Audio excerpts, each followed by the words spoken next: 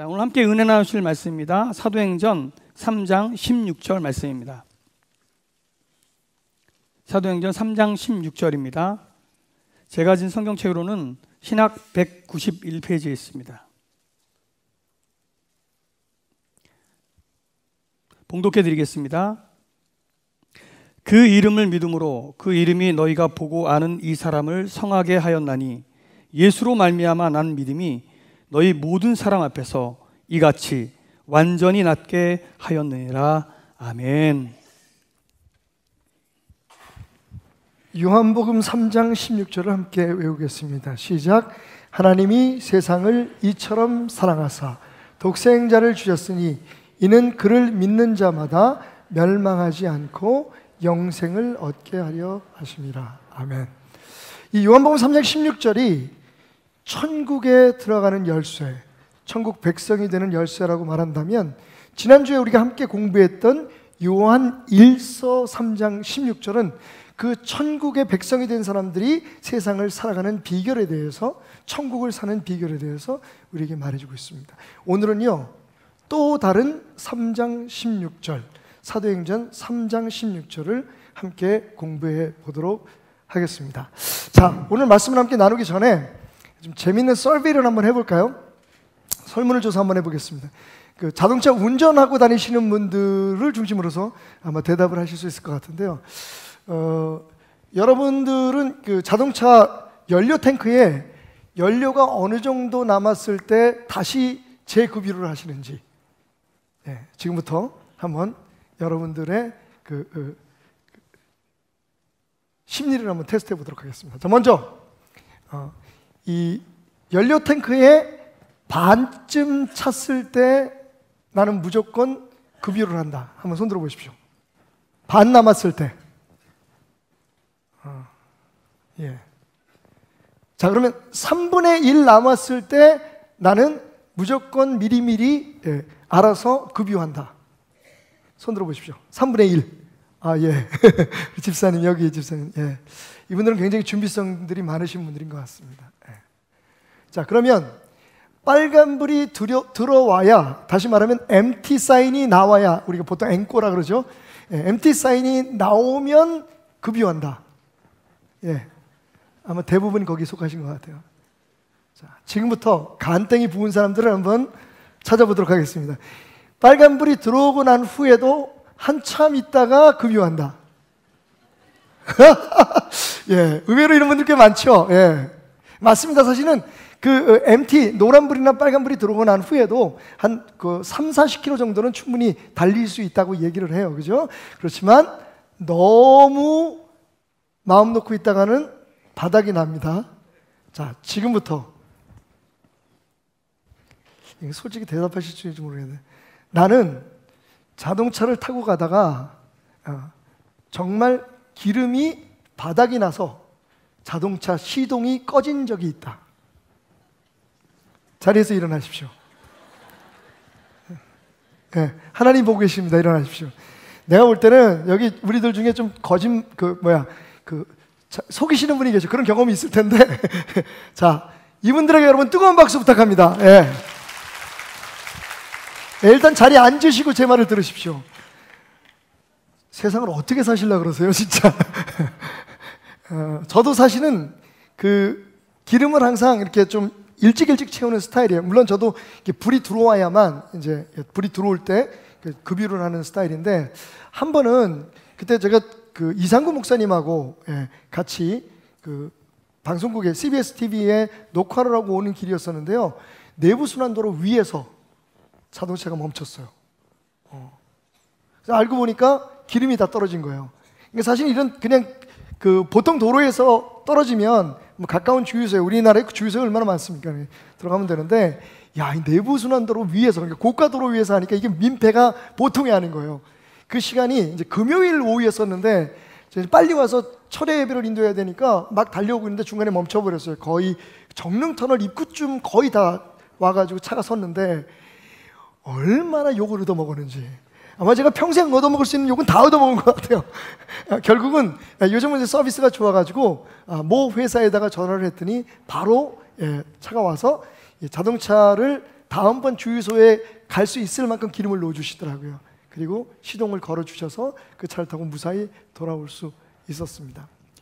자, 보면 사람들의 그 습관이나 혹은 성품에 따라서 어떤 분들은 이 기름이 떨어지기 전에 미리미리 채우시는 분들이 계시고, 어떤 분들은 느긋하게 기름이 다 떨어진 다음에 채우시는 분도 계시고, 그러다가 깜빡해서 기름이 다 떨어져가지고 자동차를 세워본 적이 있으신 분들도 계십니다.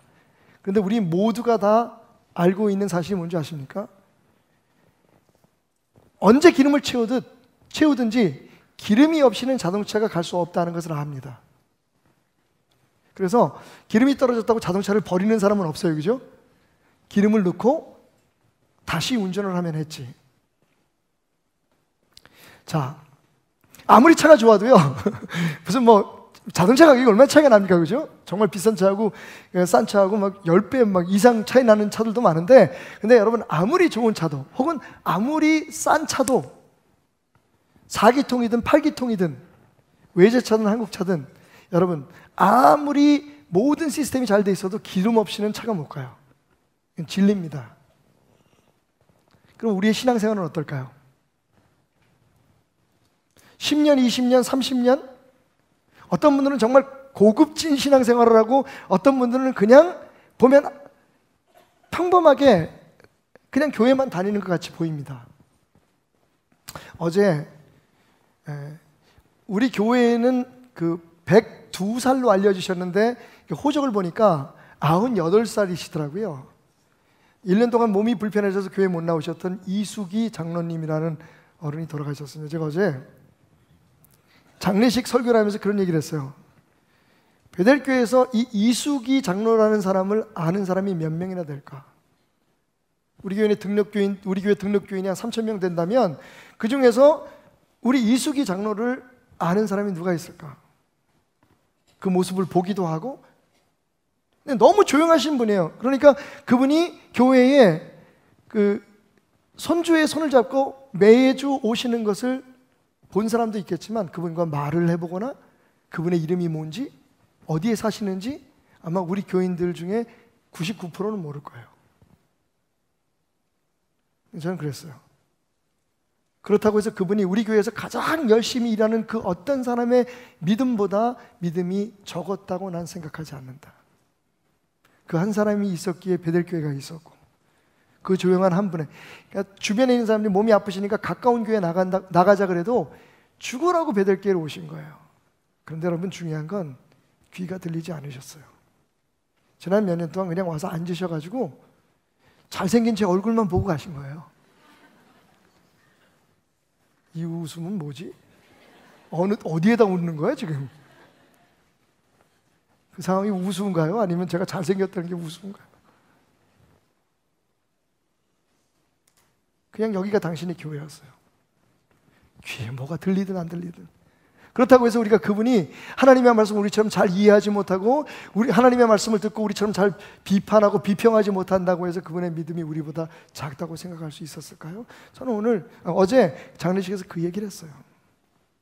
여러분, 우리가 착각하고 있는 사실이 하나 있습니다. 우리가 어떤 형태의 1:1 제자 훈련을 하고, 혹은 10단계 성경 공부를 하고,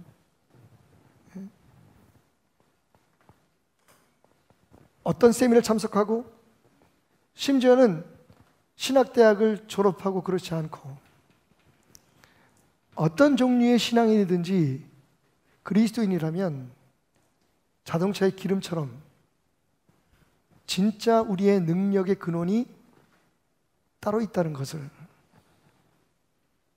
우리는 잘 알지 못합니다. 오늘 사도행전 3장 16절, 또 다른 3장 16절인 사도행전 3장 16절은 우리에게 그 천국의 능력의 진짜 근원이 무엇인지를 말해주고 있어요. 다른 말로 표현하면 우리가 하나님의 사랑으로 예수 그리스도의 대속의 은혜를 통해서 구원을 받아서 하나님의 백성 됐잖아요. 이건 오래전에 일어난 과거의 사건이 아닙니다. 하나님의 사랑은 지금도 우리에게 임하고 있고, 할렐루야! 지금도 예수 그리스도의 구속의 역사는 우리의 삶 속에서 역사하고 있다는 거예요. 그런데 정작 우리가 그 하나님의 나라, 우리가 속해 있는 그 하나님의 나라, 지금 실존하고 지금 실시간으로 역사하고 있는 그 하나님의 능력을 우리의 삶에 끌어들이고 그것을 경험하고 있는 그 통로를 정확하게 알고 있느냐 하는 겁니다.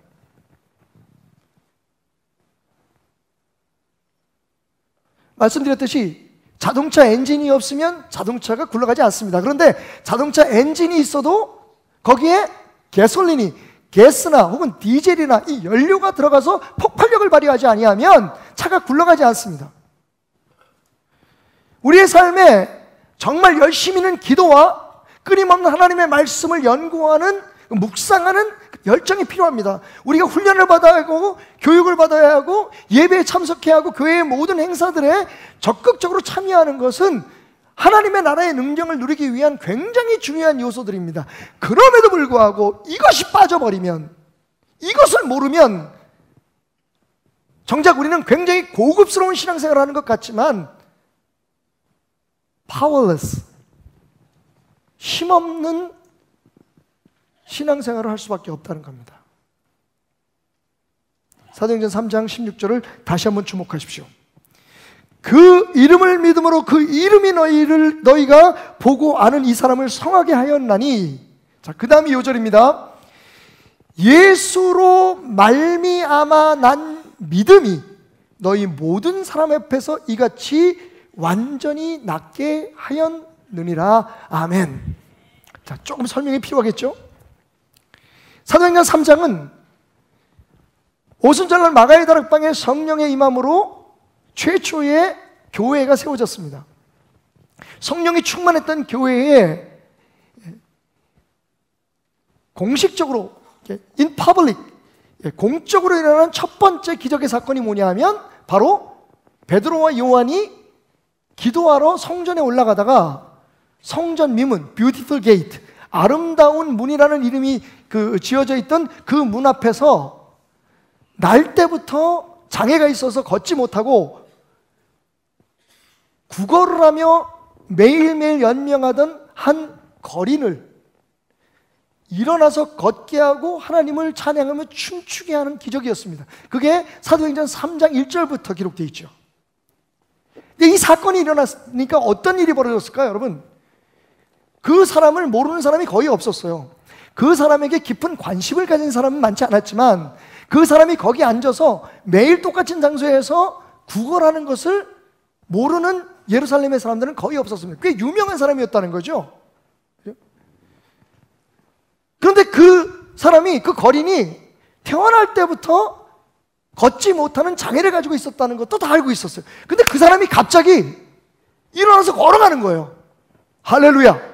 여러분 얼마나 놀랐겠습니까? 성경은 그래서 모든 사람들이 그 일을 기이 여겼다고 말했어요. 그리고는 어떻게 이 사람이 걸을 수 있었는지 그것을 알기 위해서 오늘 성경에 보면 솔로몬의 행각이라는 곳에 모여들기 시작했어요. 사람들이 크게 놀랐어요. 이게 놀랄 일이 아닙니까, 여러분? 생각해 보십시오. 평생을 걷지 못하고 앉아서 살던 사람이 갑자기 벌떡 일어나가지고 하나님을 찬양하면서 여기저기 뛰어다니면서 나 나았다고 간증을 하고 다니는 거예요. 사람들이 도대체 이게 무슨 일이냐, 이게 뭐? 도대체 무슨 일이 일어난 거냐, 그걸 알기 위해서 모든 사람들이 솔로몬의 행각이라는 곳에 모입니다. 물론 거기에 베드로와 요한, 그 거린 장애인을 치유한 장본인들이 없을 수 없었습니다. 사람들이 묻습니다. 도대체 너희들은 뭘 한 거냐? 이게 마술이냐? 도대체 뭘 한 거냐? 너희들에게 어떤 능력이 있는 거냐? 그때 베드로가 대답한 말씀이 이거예요. 처음에 이렇게 얘기하죠. 여러분, 왜 이 일로 인해서 여러분들 우리를 주목하십니까? 우리를 주목하지 마십시오. 이 사람을 일어나게 한 것은 우리의 능력이 아니라 바로 예수 그리스도의 이름의 능력이었습니다. 그러면서 말하기를, 아주 중요한 말이죠. 예수로 말미암아 난 믿음이. 그렇죠? 내가 하나님께서 이 사람을 살리실 것이다, 예수님께서 이 사람을 치유할 것이다 라고 생각한 그 믿음이 아니라 예수 그리스도로 말미암아 나를 통해 역사한 그 믿음이 이 사람을 완전히 치유해 놓았다라고 지금 선포하고 있는 겁니다. 여기서 우리가 확연히 볼 수 있는 베드로의 한 가지의 특징은 뭡니까? 그의 행동의 성격이 뭡니까? 그가 뒤로 물러서고 있다는 겁니다. 사람들이 자기의 능력으로 이 사람을 고쳤다고 할까봐, 사람들이 자기가 가지고 있는 그 믿음의 크기로 이 사람이 나았다고 말할까봐 분명히 선을 긋고 있습니다. 나를 주목하지 마십시오. 내가 한 행동이나 내가 한 말을 기억하지 마십시오. 뭐를 기억하라는 겁니까? 예수 그리스도의 이름을 기억하십시오. 이 사람이 일어난 그 능력의 근원은 바로 예수님 자신이었다는 거예요. 내 안에 계신 예수님께서, 하나님의 능력의 통로인 그분께서, 천국의 능력이 우리의 삶에 흘러 들어오는 그 예수라고 하는 포도나무에서 흘러나온 믿음이 나를 통해서, 내 기도를 통해서 나타난 것뿐이지, 내게 주어진 능력이나 내가 소유하고 있는 믿음의 크기가 이 사람을 살린 것이 아니라는 것을 기억하십시오. 여러분, 굉장히 중요한 선언이에요. 그런데 자, 베드로뿐만 아니라 정말 묘해요. 우리가 잘 아는 베드로와 그 쌍벽을 이루죠. 2000년 기독교 역사 속에 가장 위대했던 인물 중에 한 사람인 사도 바울이 거의 비슷한 경우를 경험하게 됩니다. 두아디라라고 하는 곳에서 날 때부터 안진뱅이 되었던 장애인을 사도 바울이 일으켜요. 사도 바울이 그에게 기도를 해서 그를 일으킵니다. 그랬더니 거기는요, 지금 여기는 예루살렘이니까 그나마 이 역사가 어떻게 일어나느냐 하는 데 대해서 고민하는 사람들이 많았지, 이 사도 바울이 사도행전 14장에서 일으켰던 그 기적의 현장에는요, 모두 다 이방신을 섬기고 우상을 섬기는 사람들이었어요. 이 사람들이 바로 어떻게 그것을 받아들였냐면, 와, 이 바나바라고 하는 사람과 바울이라는 사람은 우리와 같은 인간이 아니야. 이 사람들은 신이다. 왜? 그 사람들은 당시에 제우스라고 하는, 아폴로라고 하는, 혹은 헤르메스라고 하는 인간의 육신을 입고 이 땅에 온 반신, 반인, 그리스 로마 신화에 나오는 신들을 믿고 있었거든요. 그러니까 그들이 알고 듣고 있었던 그 신이 자기들 앞에 나온 거예요. 그래서 바나바에게는 제우스라고 하는, 신 중의 신이라고 하는, 아버지라고 하는 제우스 신의 이름을 줍니다. 저 사람은 제우스야. 그리고 그 당시만 해도 사실은 사도 바울이 바나바를 협력하는 위치에 있었어요. 사도 바울이 주로 말을 하고 바나바는 그 선교팀을 이끄는 리더의 위치에 있었단 말이에요. 그러니까 제우스의 대변인으로 일하는 저 바울이라는 사람은 사실은 사람이 아니라 헤르메스라고 하는 신이다. 신이 우리들 앞에 나타났다. 그렇지 않으면 날 때부터 장애인이었던 저 사람이 어떻게 치유함 받을 수 있었을까? 그 소문이 퍼지면서요, 제우스 신전에서, 헤르메스 신전에서 그 신들을 섬기던 제사장들이요, 소를 끌고, 그리고 화환을 들고 신들을 맞이하러 나옵니다. 야, 요즘 같으면요, 복음 전할 수 있는 기회예요. 모든 사람들이 관심을 다 받잖아요. 신이라 그래서 딱 모시면 딱 앉아가지고 그냥 거절하지 말고 앉아 있다가 사람들이 어느 정도 진정된 다음에 일어나서, 자, 여러분 제 말 좀 들어보시오. 사실 나는 신이 아니오. 나는 죽었다가 살아나신 예수 그리스도의 종으로 그 예수 그리스도의 구원을 여러분에게 선포하기 위해서 이곳에 온 그냥 여러분과 똑같은 사람일 뿐이에요. 이렇게 할 수도 있었을 거예요. 그런데 여기서 이 바나바와 사도 바울이 굉장히 히스테릭한 반응을 보입니다. 성경은 정확히 뭐라고 얘기하냐면, 사도행전 14장 14절에서 두 사도 바나바와 바울이 듣고 옷을 찢고, 여러분 옷을 찢었어요. 자기를 신이라고 대접하기 위해서 오는 사람들을 보면서 먼저 옷을 찢고 그 다음에 어떻게 하냐면 그 무리들 가운데 자기를 막 신처럼 외치면서 찬양하는 그 사람들 속에 뛰어들어가서 소리질러 이르되 여러분 왜 이러십니까? 나는 여러분과 성정이 똑같은 그냥 사람일 뿐입니다. 여러분 사도 바울이 옷을 찢은 이유를 어느 정도 아시겠죠? 왜 찢었습니까? 자기의 속살을 보여주고 싶었던 거예요. 신이 아니라는 걸 보여주고 싶었어요. 근데 솔직히 말하면 여러분 꼭 그렇게 할 필요는 없었을 것 같지 않아요? 아니, 더 솔직히 말하면 저 같으면 약간 좀 즐겼을 것 같아요, 그 상황을. 예? 신이래잖아요. 우리는 신처럼 행동하지 못해서 사람들의 관심을 끌고 교회를 부흥시키기 위해서 신처럼 행동하지 못해서 신처럼 대접받지 못해서 지금 난리인데 그냥 그 자리에서 사람들이 신이라 그러는데 예? 사람의 수준이 아니라 요즘 세상에서 뭐 무슨 신 무슨 누님 신의 경지 뭐 이런 얘기 하는데 보세요. 신이라 그러는데 그러면 그런 위치에서 대접받으면서 예수를 전하고 하나님을 전하기가 얼마나 더 좋겠어요. 지금 우리가 하는 일이 그거잖아요. 그래서 내가 유명해지기 원하고 그래서 내가 힘을 갖기 원하고 그래서 우리 교회가 커야 되고 우리 교회가 유명해져야 되고 영향력 있어야 되고. 근데 여러분 바나바와 사도 바울 그리고 오늘 본문 말씀에 베드로는 전혀 다르게 반응을 하고 있어요. 베드로가 사람들 앞에 손을 저으며 말합니다. 여러분 지금 무슨 짓 하는 겁니까? 우리가 고친 거 아닙니다. 내게 있는 능력이, 내게 있는 믿음이 저 사람을 고친 게 아닙니다. 나를 통해 역사하시는 예수의 이름이 지금도 살아서 내 안에 역사하시는 그 예수님이 저 사람들을 고친 겁니다. 예수입니다. 사도 바울과 바나바도 똑같아요. 여러분 왜 이러십니까? 우리는 신이 아닙니다. 옷을 찢으면서 보십시오. 저는 여러분과 똑같은 육체를 가진 인간일 뿐입니다.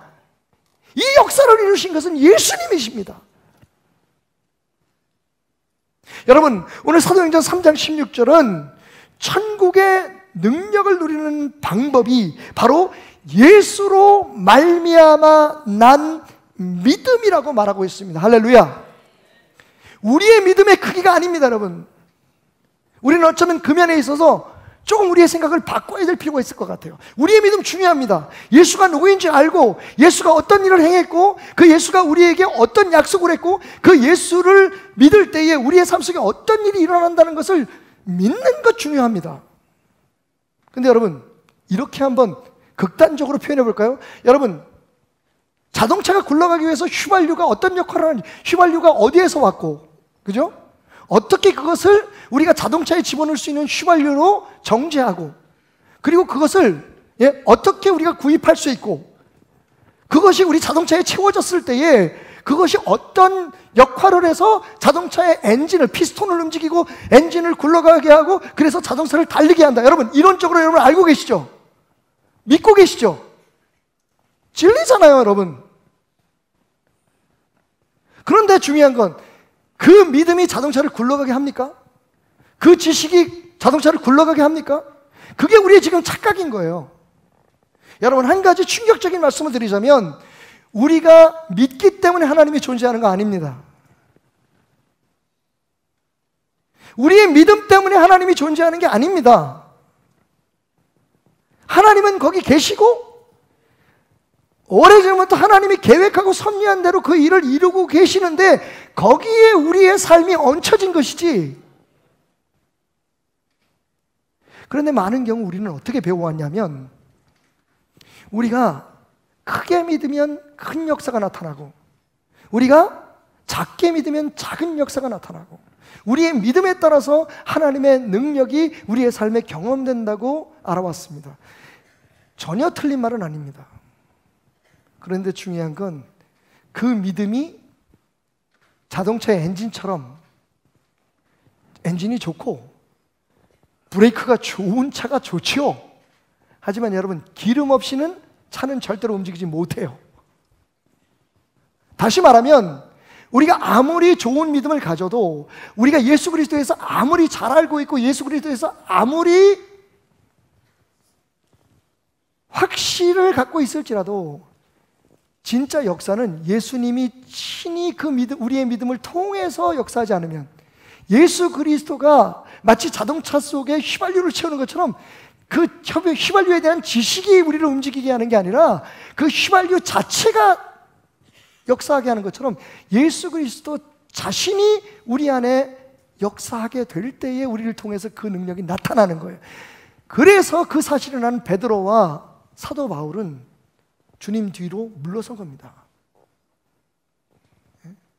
저는 솔직히 이 시대에 우리 교회 지도자들과 우리 성도들에게 이런 믿음의 자세가 필요하다고 생각해요. 우리는 그냥 정말 너무 쉽게 내가 기도했더니 이렇게 됐더라, 그 봐, 내가 당신을 위해서 기도했더니까 이런 역사가 나타났어 라고 얘기하는 것을 아무런 생각 없이 말합니다. 맞습니다, 여러분. 분명히 하나님은 우리의 기도를 통해서 역사하시지만, 그러나 그 역사의 근원이, 그 능력의 기원이, 그 능력이 어디서부터 왔는지는 정확히 여러분들이 고백하셔야 됩니다. 왜냐하면 하나님께서 우리의 삶에 이루시는 모든 일의 목적은 하나님이 하나님 되심을 우리 자신들과 그리고 세상 앞에 알리기 원하시는 것이기 때문입니다.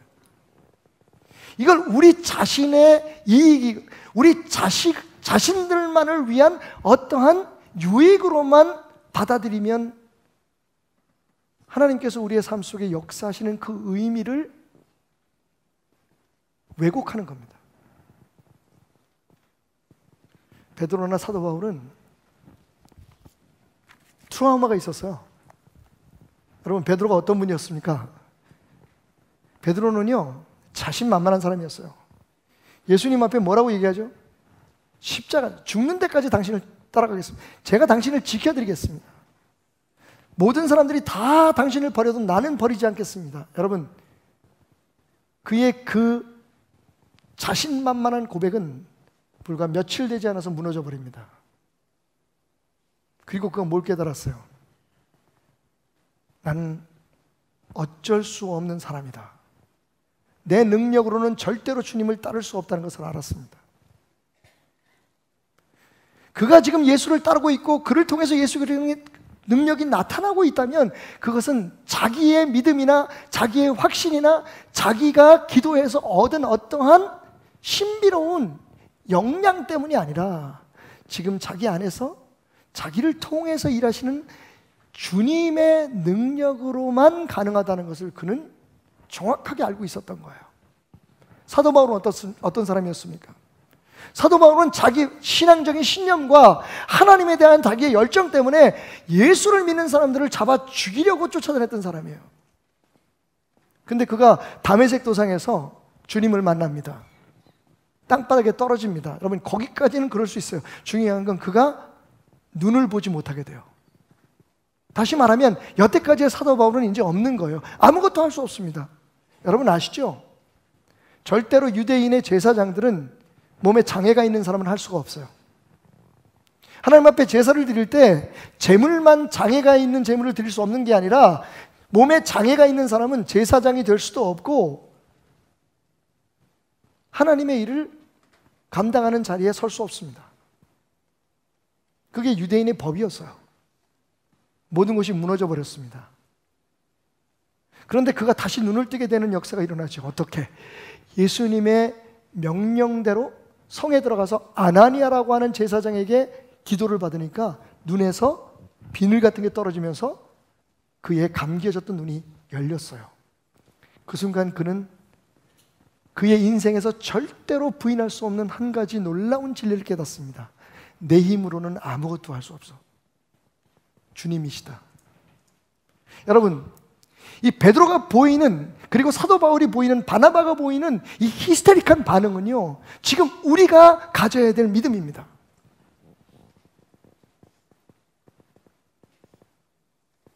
우리의 삶에 어떤 일이 일어나든, 우리의 기도에 어떤 응답이 임하든, 물론 우리가 기도가 있었기 때문에, 기도하지 않으면 그런 역사 안 나타납니다.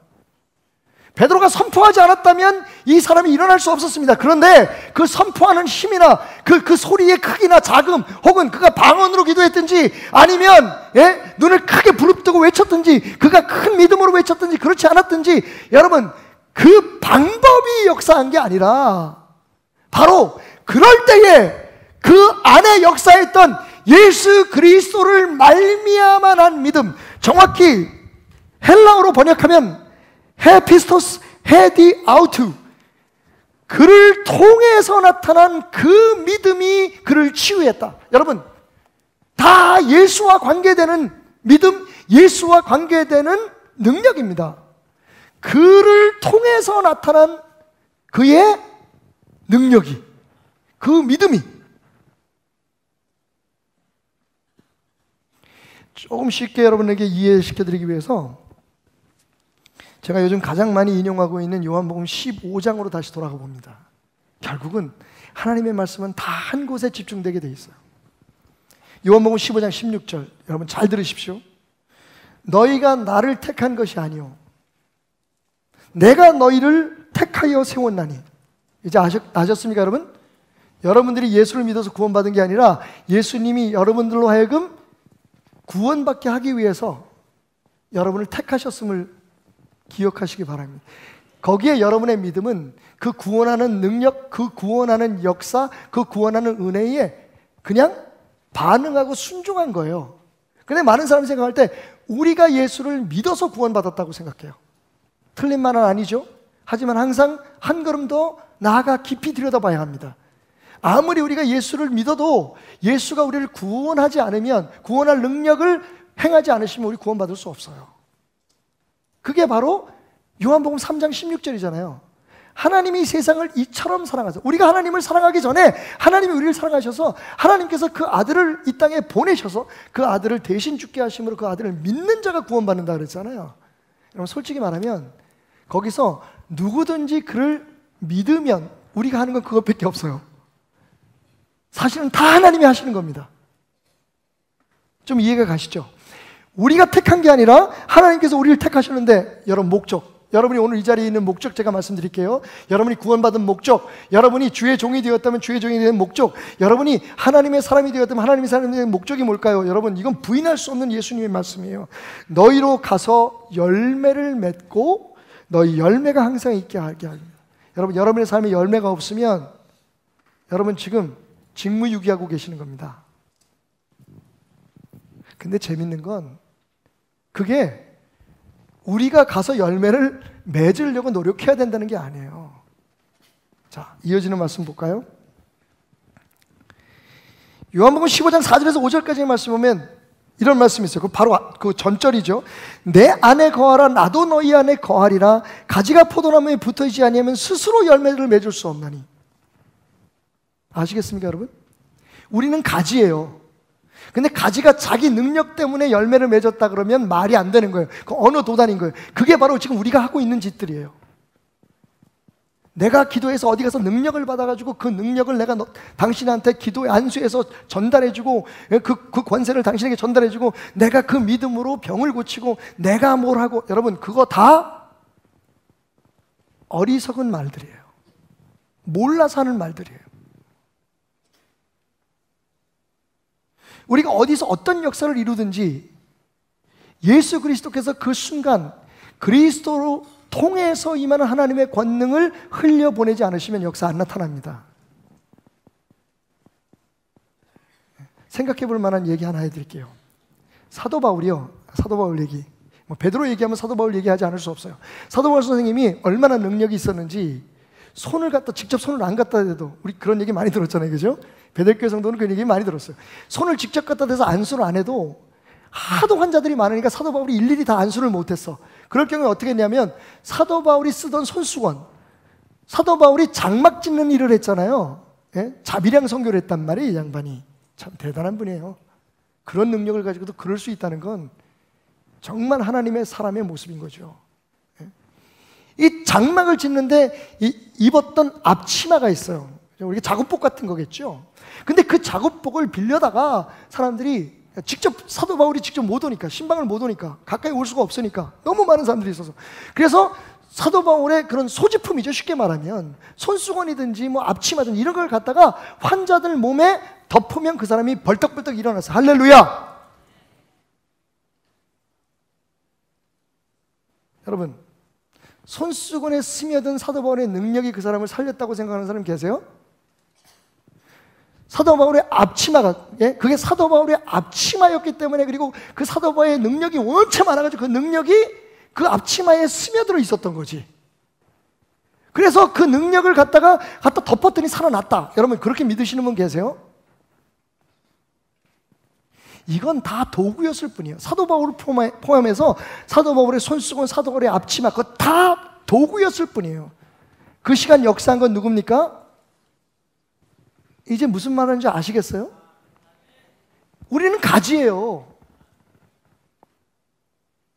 아무리 우리가 능력 있는 척하고 우리가 아무리 권세 있는 척을 해도 여러분, 그건 우리의 능력이 아니에요. 주님께서 그 사람을 통해서 역사하지 않으면, 주님께서 나를 통해서 역사하지 않으시면 그건 다 쇼예요. 그건 주님께서 내 열매라고 말씀하지 않은 그냥 사람들을 놀라게 하는 구경거리일 뿐이에요. 자, 그 사도 바울이 믿음의 아들 디모데에게 편지를 씁니다. 디모데야, 너 요즘 위장병 걸렸다며? 그때나 지금이나 목사들은 위장병을 달고 살아. 누구 때문에? 여러분, 오른손으로 가슴을 대고 나 때문에. 안 하는 거 봐. 그런 건 꼭 안 해. 매일 내가 앞에서 저는 부족한 종입니다 그러면 아멘 그러면서 나 때문에 우리 목사님 위장병 걸렸습니다라고 하는 고백은 안 하려고 그래, 이 양반들이. 어쨌든 안 하려면 말고. 디모데가 위장병에 걸렸어요. 사도 바울이 이렇게 편지를 쓰죠. 내가 너의 위장병으로 인해서 여기서 기도했다. 네가 나을 거다. 그렇게 썼나요? 아닙니다. 내가 너한테 가서 안수할 때까지 너 기다려라. 그렇게 썼나요? 그렇지 않습니다.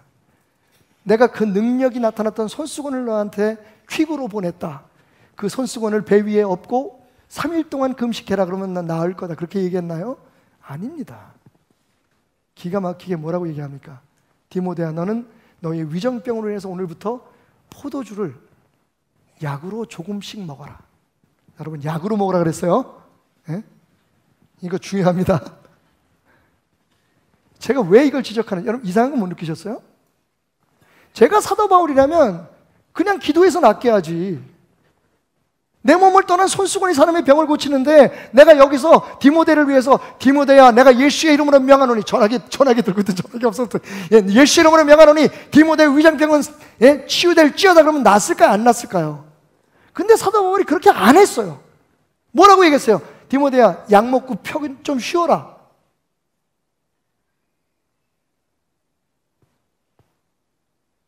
여러분, 결국 어떤 방법을 쓰든지 능력은 예수 그리스도로 말미암아 난 믿음에서만 나오는 거예요. 이걸 우리가 지금 착각하고 있어요.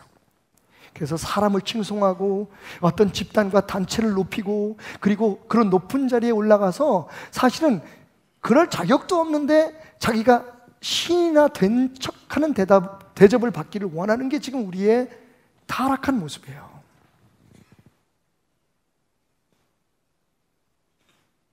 한 가지 더 충격적인 얘기. 시간이 오늘 1시 반부터 여러분 정말 행복한 베들교회 모든 가족들이, 어린이들도 다 함께 모여서 오래된 찬송가를 부르는 그런 은혜로운 시간이 있습니다. 많이들 참석해 주시고요. 가능하면 설교를 빨리 끝내도록 노력할게요. 1시 전에 끝낼게요. 오늘 이 얘기는 진짜 여러분하고 진지하게 밤을 새워서 하고 싶은 얘기예요. 여러분, 모세가 비전의 사람이었습니까? 처음부터? 여러분, 모세는요 모든 것을 포기한 사람이었어요. 우리가 말하는 모세는 하나님이 모세를 찾아와서 그에게 사명을 주시고 그의 마음속에 내 백성을 구해내야겠다라고 하는 마음과 믿음을 주셨을 때 그 이후의 모세예요. 처음 하나님이 만났을 때의 모세는 그 나라와 민족을 구원을 위해서 기도하던 사람이 아니었습니다. 우리가 생각하지 않는 모세의 모습이에요. 우리가 자녀들한테 이런 얘기 많이 하죠. 야, 꿈을 가져. 꿈을 갖고 하나님 앞에 기도해 이루어달라고. 그럼 하나님께서 이루어 줄 거야. 여러분 조금 바꾸세요. 지금부터. 이렇게 아이들을 가르치세요. 하나님 앞에 내 마음속에 이루어야 할 꿈을 달라고 기도해. 거기서부터 시작돼야 돼. 우리 지금 잘못됐어요. 애들한테 꿈을 가져라. 그리고 그 꿈을 하나님 앞에 이루게 해달라고 기도하라고 얘기해요. 근데 여러분, 죽어도 안 이루어질 수 있어요. 왜? 그게 하나님께서 계획하신 일이 아니면 안 돼요. 모세는요, 나라와 민족을 애굽에서 구하기 위해서 40일 금식 기도했던 사람이 아니에요. 기도하는 그 응답으로 하나님께서 모세에게 나타나셔서 사명 주신 거 아닙니다. 모세는요, 하나님께서 가라 그럴 때 거절했던 사람이, 난 자격 없어요. 나 안 해. 왜 나를 시키려고 해서 하나님, 내가 뭐 잘못했어요? 난 못해요. 여러분, 모세는요, 그 사명을 거부했던 사람이에요. 비전의 사람이 아니에요. 하나님이 그의 마음속에 비전을 갖게 하고 하나님의 능력으로 역사하기 전까지 모세는 아무것도 아니었어요. 그럼 여호수아는요? 모세가 늙어가자 여호수아가 마음속으로 생각했죠. 아, 모세 선생님이 죽고 나면 이 백성을 가나안까지 끌고 갈 사람은 나밖에 없다. 여러분, 아니에요.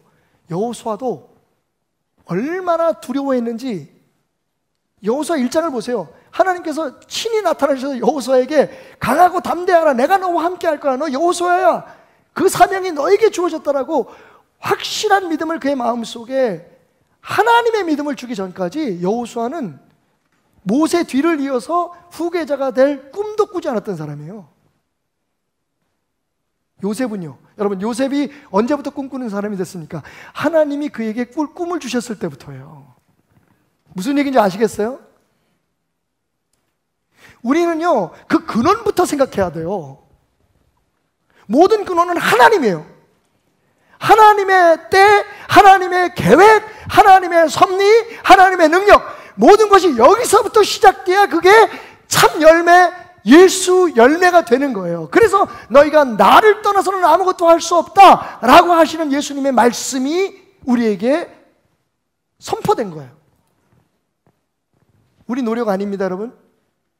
우리의 믿음의 크기는 사실은 거기서 거기에요. 오직 하면 예수님이 그렇게 말씀하셨겠어요. 너희 안에 겨자씨만한 믿음이라도 있으면. 아이, 좀 억울하지 않아요, 여러분? 우리가 얼마나 기도를 열심히 하고 얼마나 열심히 믿고 있는데, 우리가 얼마나 주님에 대해 알기 위해서 성경 공부하고 매일매일 노력하는데, 아이고, 우리의 믿음이 겨자씨만도 못해. 여러분, 주님이 볼 때는 그게 그거라고요. 진짜 능력은, 진짜 믿음은 예수 그리스도 자신이에요, 여러분. 그분이 하나님의 능력을, 천국을 우리에게 누리게 하기 위해서 이 땅에 오신 거예요. 그리고 그 예수 그리스도에게 붙어 있을 때 우리를 통해서 능력이 나가는 거예요. 하나님의 계획, 내 생각대로 나가는 게 아니라 하나님이 뜻하는 대로 나간 거예요. 한 가지 더 질문. 이거 자꾸 복잡하게 만들어서 곤란한데 언제 이거 정리하려고 그러나? 1시 전까지는 되겠지? 여러분,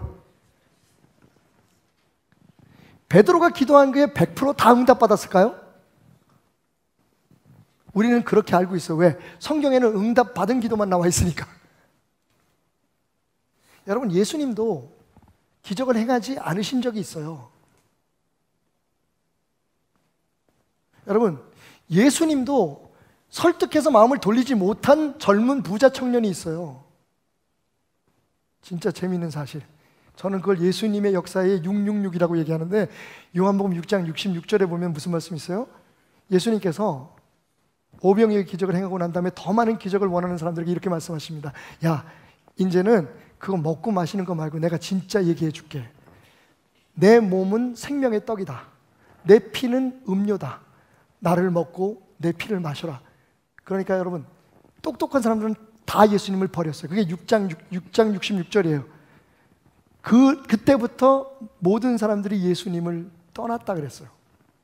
그런데 거기 딱 12명이 남아 있었죠. 12명의 제자, 그 중에 베드로가 있었어요. 이 사람들이 왜 남아 있었을까? 제가 곰곰이 생각해 봤더니 아마 어쩌면 이래서일지도 몰라. 똑똑한 사람들은 예수님이 그 얘기를 하니까 아유, 우리가 저걸 어떻게, 저게 무슨 말이야? 그러고 떠났잖아요.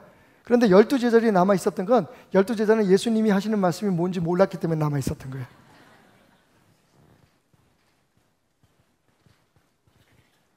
그 뜻을 알았던 사람들의 행동이 아니잖아요.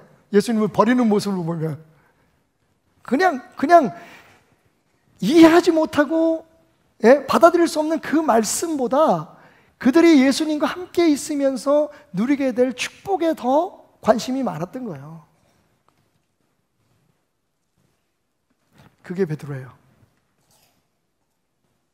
근데 이제는 알아요. 그 말이 뭔지. 한번 무너져 버리니까 한번 모든 걸 다 내려놓고 예수로 인해서 예수 그리스도께서 내 안에 보내주신 성령으로 말미암아 그 예수 성령의 하늘의 능력 권세를 내가 내 삶 속에서 경험하고 나니까 이제는 알게 된 거예요. 내 믿음이 아니었고 내가 할 수 있다라고 하는 확신이 아니고 내가 하면 된다, 할 수 있다, 해보자라고 하는 나의 선언이 이 역사를 이루는 게 아니라 내 삶의 기적을 이루는 게 아니라 내 안에 그분이 지금 살아계시는 그분이 내가 붙어있는 그 능력의 근원인 그분이 나를 통해서 흘려보내는 그것으로 말미암아 열매가 맺혀지고 기적이 나타나고 그러니까 이루어지는 것도 있고 이루어지지 않는 것도 있는 거예요. 여러분 솔직하세요. 구하면 다 주신다고 하니까 근데 여기서 다라는 데 전제가 있어요. 하나님의 뜻하신 모든 거예요. 하나님의 계획 밖에 있는 건 여러분 이루어질 수 없어요. 그래서 저는 확실히 믿는데 베드로의 기도회 중에서 응답받은 기도가 있고 그렇지 않은 것도 있어요. 사도 바울도 그래서 손을 얹고 기도하거나 자기의 손수건을 던져서 기도할 때도 있었지만 그냥 약 먹고 고쳐라고 얘기한 적도 있었다는 거예요. 결국 모든 것들은 그리스도로 말미암아 그리스도를 통해서 이루어지는 그 놀라운 진리를 이분들은 우리에게 깨닫게 하기를 원하셨던 겁니다. 자, 예수로 말미암아 난 믿음을 그럼 어떻게 누리면 될까요? 간단합니다. 내 생각을 내려놓으면 됩니다. 내가 할 수 있다는 능력을 내려놓으면 됩니다. 여러분, 그동안 우리가 조금 생각해 봐야 될 것들이 뭐냐면 우리는 교회 와가지고 하면 된다, 할 수 있다, 하나님 내게 힘 주십시오 기도했어요. 여러분 제가 이번 주일 설교 준비하면서 어떻게 기도했는 줄 알았어요? 하나님 제게 힘 주십시오. 내가 성도들 앞에서 담대히 해야 할 얘기를 오늘 할 말은 굉장히 어려운 얘기일 수 있습니다. 여태까지 우리가 믿어왔던 것들을 뒤집어 놓는 일일 수 있습니다. 하지만 하나님 담대하게 말할 수 있는 힘을 주십시오. 그랬더니 하나님 응답을 안 주시는 거예요. 왜 그랬을까요? 제가 지금 여러분에게 힘을 빼라고 설교하면서 힘을 달라 그러니까 힘을 주시겠어요? 안 주시겠어요? 오늘 이 설교는 제가 힘을 빼야지 은혜가 되는 설교예요. 무슨 얘기인지 아세요? 제가 알고 있는 지식을 여러분에게 전하고 그래서 오늘 설교 굉장히 좋았습니다. 감동적. 우리 목사님 대단해. 야, 이거 어떻게 깨달았지? 제가 나타나면 그 순간 모두가 수포로 되는 설교가 오늘 설교예요. 아니 오늘 설교뿐만 아니라 우리의 사역이 그래요. 그래서 저는 이번 설교를 통해서 제가 제 설교를 들은 여러분들도 더 큰 은혜를 받았습니다. 앞으로 제 기도는 두 가지의 방향으로 나갈 것 같아요. 제가 힘들고 어려운 일을 만날 때는 이것을 이겨내는 인내할 수 있는 힘을 달라고 기도할 거고요. 제가 여러분들에게 설교를 하거나 사역을 하거나 선교로 나갈 때는 하나님 앞에 이렇게 기도할 거예요. 하나님 제게서 힘을 걷어가 주십시오. 제 힘을 빼주십시오. 왜? 그래야만 하나님이 역사하니까.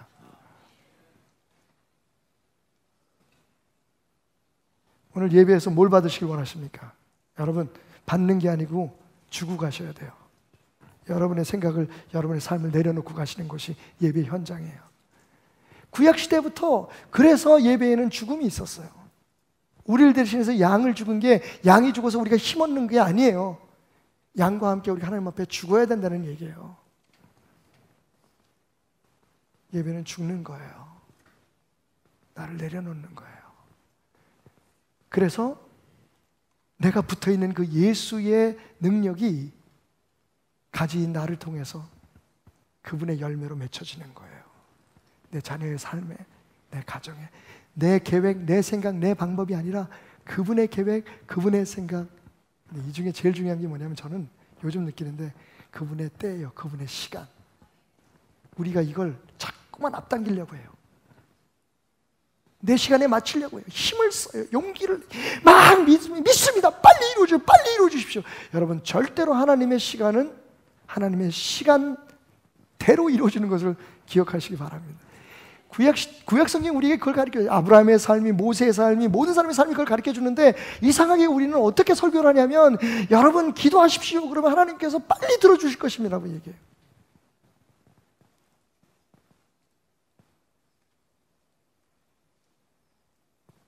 말씀을 정리하겠습니다. 베드로의 결론입니다. 베드로가 이르되 은과 금은 내게 없거니와 내게 있는 이것을 내게 주노니 나사렛 예수 그리스도의 이름으로 일어나 걸어라. 여러분, 은과 금이 있었으면 어떻게 했을까요?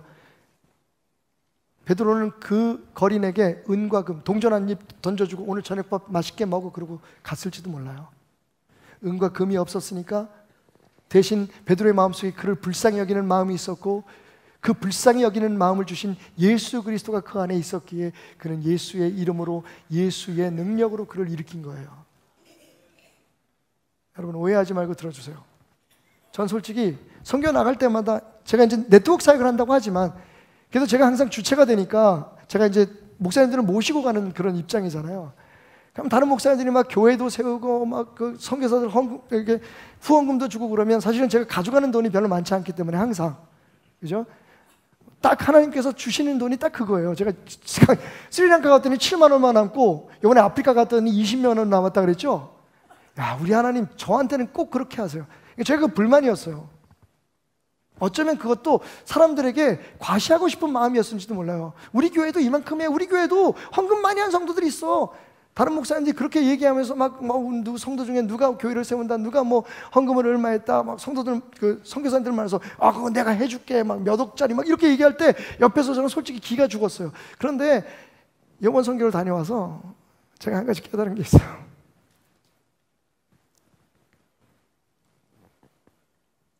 그 부족함 때문에 나는 행복한 사람이라는 거. 저는 여러분을 의지 않아요. 저는 베델교회 의지하지 않습니다. 여러분의 기도를 너무너무 필요로 하고 여러분의 도움 없이는 할 수 없지만 저는 여러분을 의지하지 않습니다. 왜냐하면 여러분들이 여태까지 제가 선교하고 싶을 만큼 여러분들이 충분하게 도와주신 적이 한 번도 없어요. 아마 이 설교 들으면서 그런 분들이 봐, 내가 헌금 안 하는 게 다 우리 목사님을 목사답게 만드는 방법이라고 그렇게 생각해라 또. 근데 여러분, 이거는 알아야 돼. 우리가 내려놓는 것과 나태함은 달라요. 내려놓는 것과 회피하는 건 달라요. 내려놓으면 내가 할 수 있는 것은 최선을 다하는데 나를 포기하는 거예요. 나는 하나님 앞에 다 맡겨서 그러고 아무것도 안 하는 건 나태한 거예요. 내가 안 해도 누군가 할 거야 하고 하는 것은 그건 도피하는 거예요.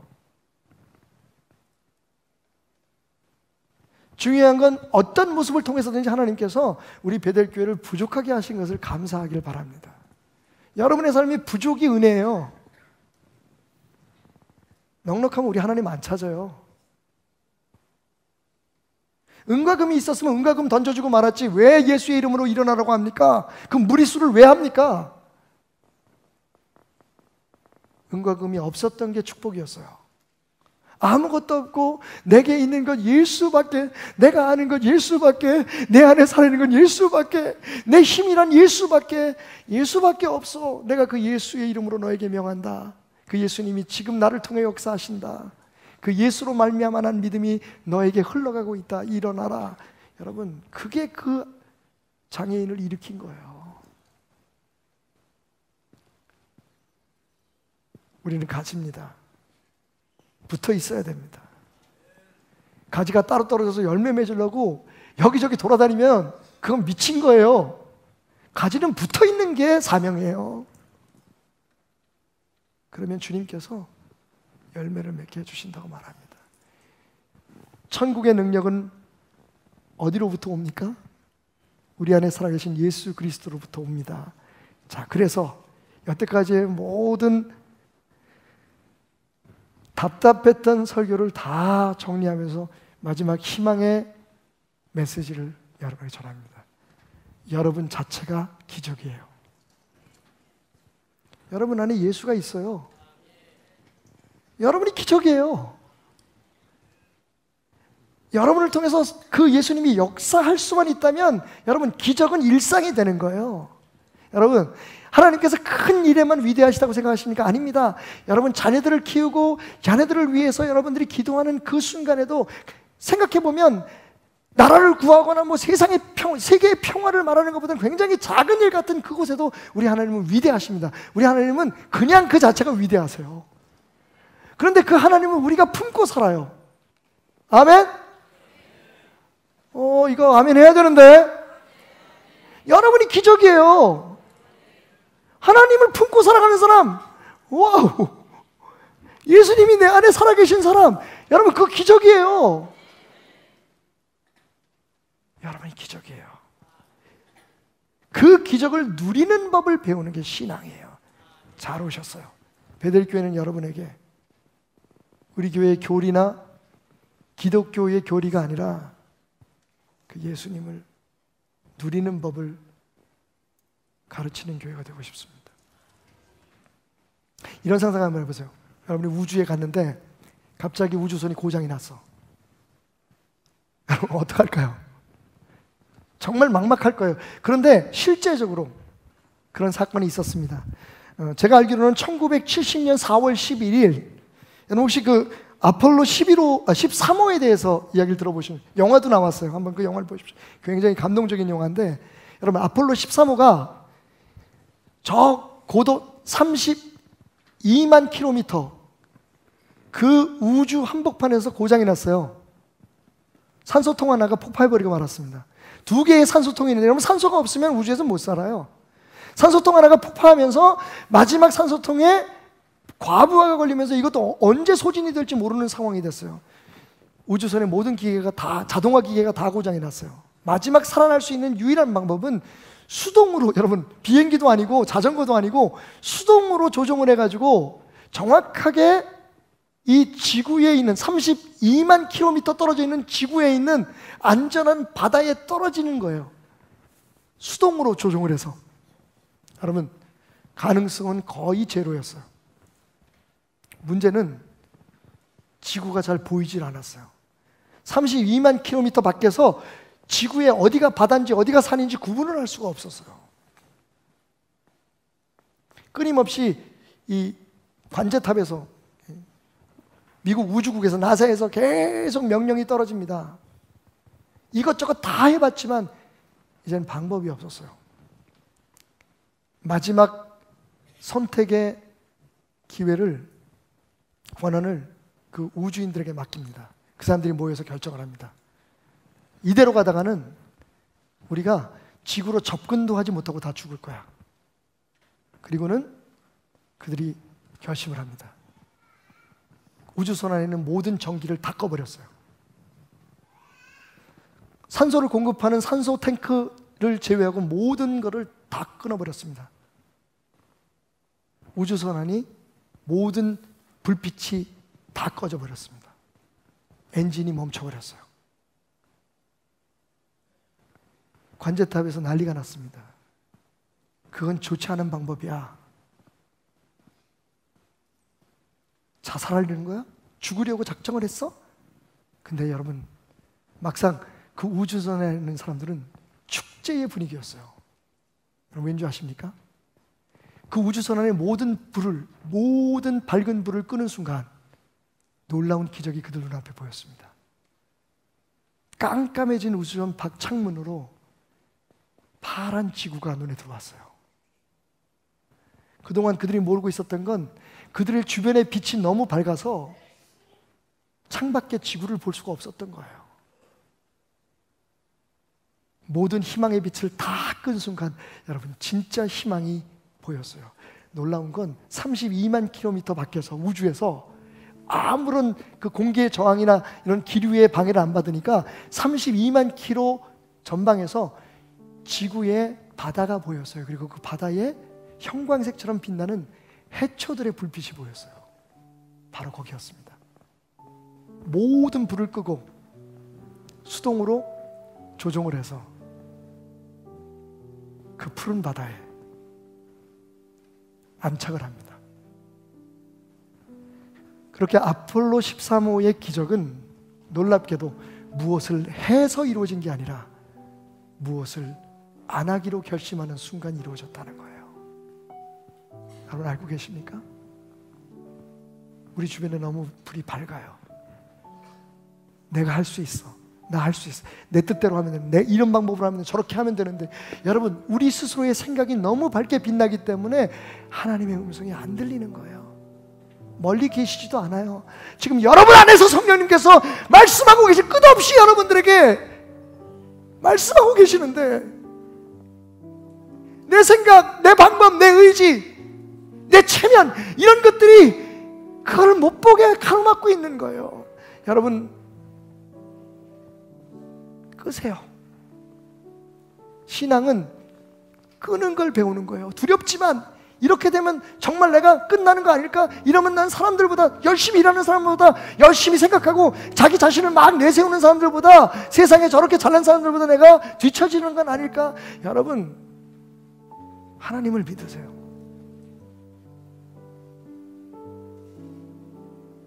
내 의지, 내 방법에 불을 꺼는 순간 놀랍게 우리 앞에 하나님께서 오래전부터 우리를 이끄시기를 원하시는 그 불빛이 비추게 될 거예요. 우리가 모든 것을 내려놓을 때 주님은 일하십니다. 날이 저물어 갈 때, 빈들에서 걸을 때, 그때가 하나님의 때. 아멘. 내 힘으로 안 될 때, 빈손으로 걸을 때, 내가 고백해 여호와 이래. 주가 일하시네, 주가 일하시네. 주께 아끼지 않는 자에게 주가 일하시네, 주가 일하시네. 신뢰하며 가는 자에게.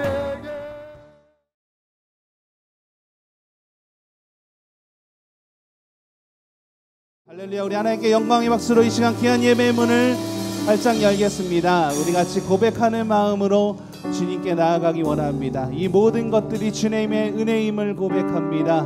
우리 같이 입술로 고백하며 이 시간 나아가겠습니다. 내가 지금까지 지내온 것은 주의 은혜라, 주의 은혜라.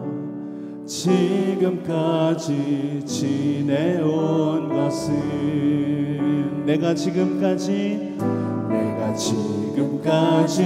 지내온 것은 주의 은혜라, 주의 은혜라. 지금까지 지내온 것은 주의 은혜라, 주의 은혜라, 주의 은혜라. 지금까지 지내온 것은 주의 은혜라, 주의 은혜라.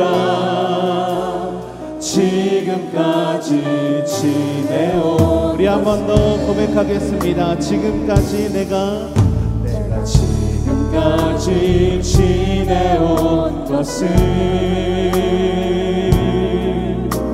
주의 은혜라, 주의 은혜라.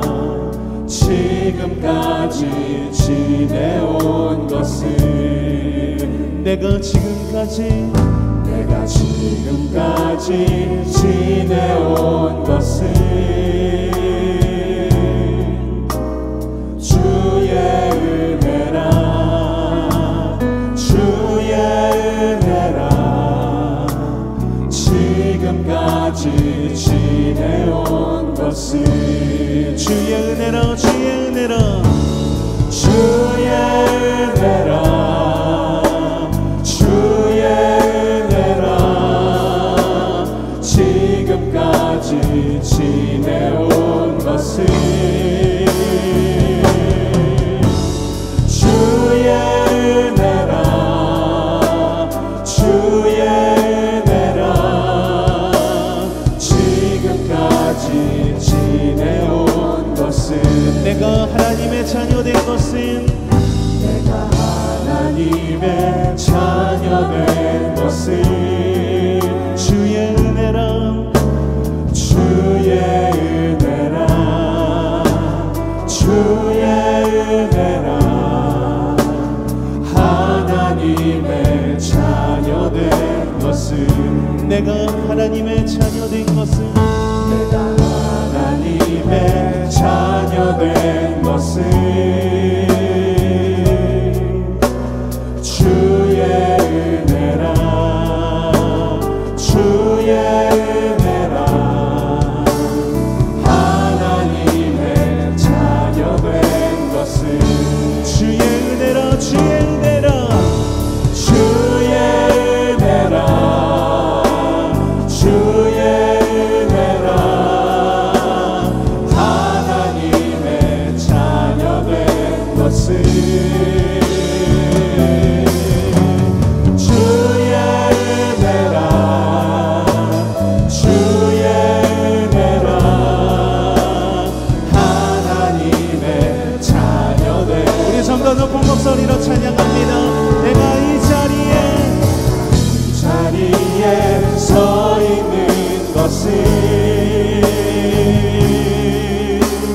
주의 은혜라 주의 은혜라 이 자리에 서 있는 것은 내가 이 자리에 서 있는 것은 주의 은혜라 주의 은혜라 이 자리에 서 있는 것은 주의 은혜라 주의 은혜라 주의 은혜라 주의 은혜라 이 자리에 서 있는 것은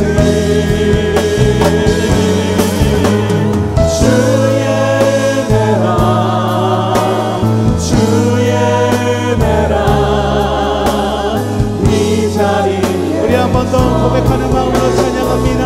내가 하나님의 자녀된 것은 내가 하나님의 자녀된 것은 주님의 은혜입니다. 주의 은혜라 주의 은혜라 하나님의 자녀된 것은 내가 하나님의 자녀된 것 내가 하나님의 자녀된 것은 주의 은혜라 주의 은혜라 하나님의 자녀된 우리 한 번 더 고백하며 내가 이 자리에 서 있는 것은 주의 은혜라 주의 은혜라 이 자리에 서 있는 내가 이 귀한 자리에 서 있는 것은 내가 이 자리에 서 있는 것은 그 모든 것이 주님의 은혜입니다. 주의 은혜라 주의 은혜라 이 자리에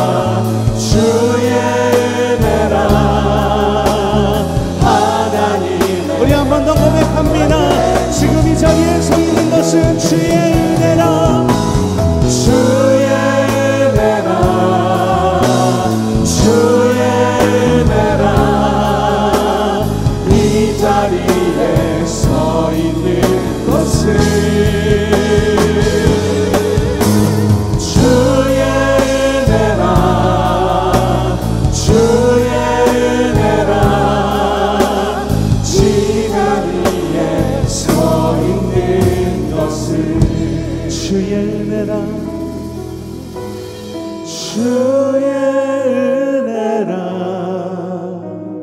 주의 은혜라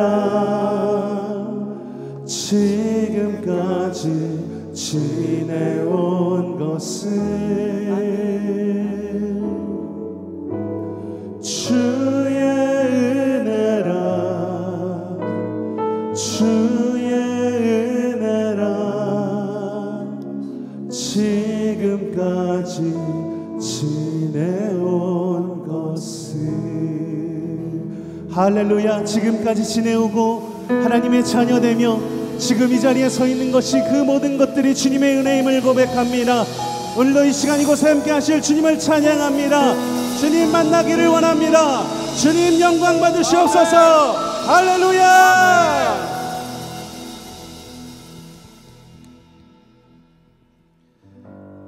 지금까지 지내오고 하나님의 자녀되며 이 자리에 서 있는 것이 우리가 아까 고백했던 것처럼 모든 것들이 주님의 은혜임을 고백합니다.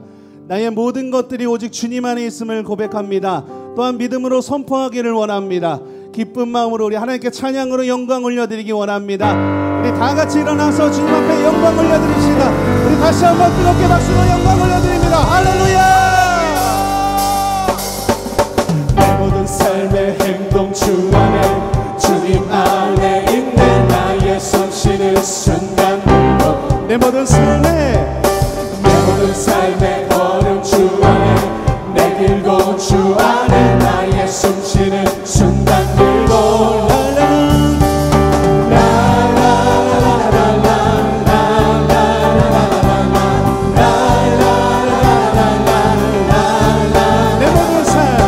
내 모든 삶의 행동 주 안에 주님 안에 있네. 나의 숨 쉬는 순간들도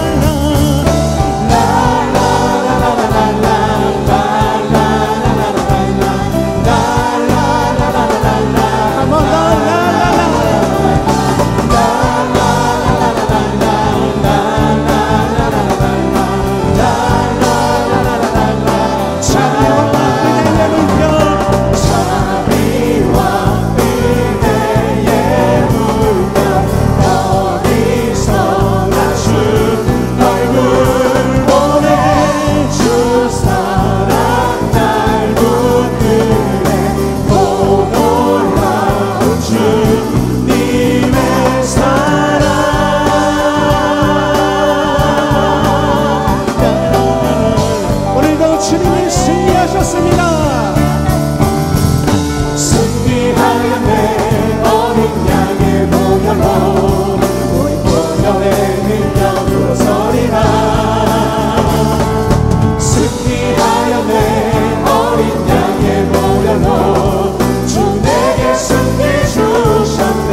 승리하였네. 승리하였네. 어린 양의 보혈로 우리 보혈의 능력으로 서리라. 승리하였네. 어린 양의 보혈로 주 내게 승리 주셨네. 한 번 더 승리를 선포합니다. 승리하였네. 어린 양의 보혈로 우리 보혈의 능력으로 서리라. 승리하였네. 어린 양의 보혈로 주 내게 승리. 마지막으로 한 번 더 승리를 선포하고. 승리하였네. 어린 양의 보혈로 우리 보혈의 능력으로 서리라. 승리하였네. 어린 양의 보혈로 주 내게 승리 주셨네. 할렐루야. 승리를 주신 하나님, 승리를 주신 하나님, 주님의 이름을 높여 찬양합니다. 승리를 선포하며 주님의 이름을 높여 찬양합니다. 할렐루야.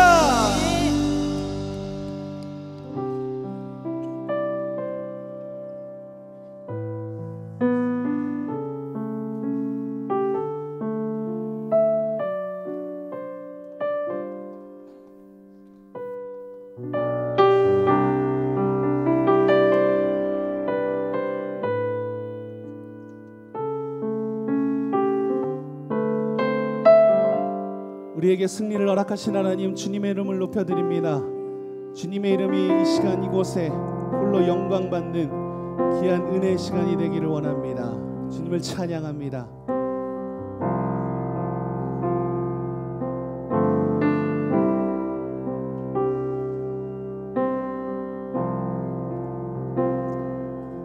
우리 같이 고백하며 이 시간 나아가겠습니다. 아무것도 두려워 아무것도 두려워 말라. 주 나의 하나님이 지켜주시네. 놀라지 마라. 겁내지 마라. 주님 나를 지켜주시네. 아무것도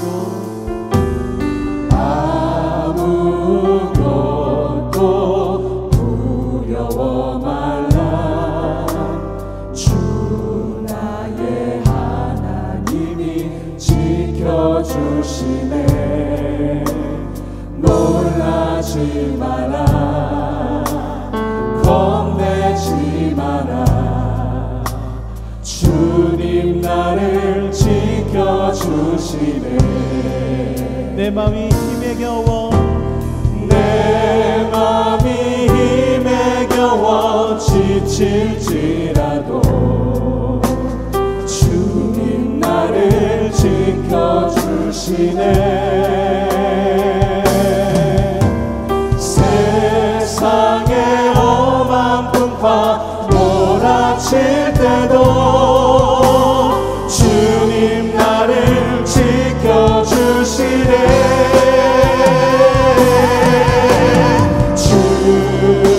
주님을 나의 산성, 주님을 나의 요새, 주님을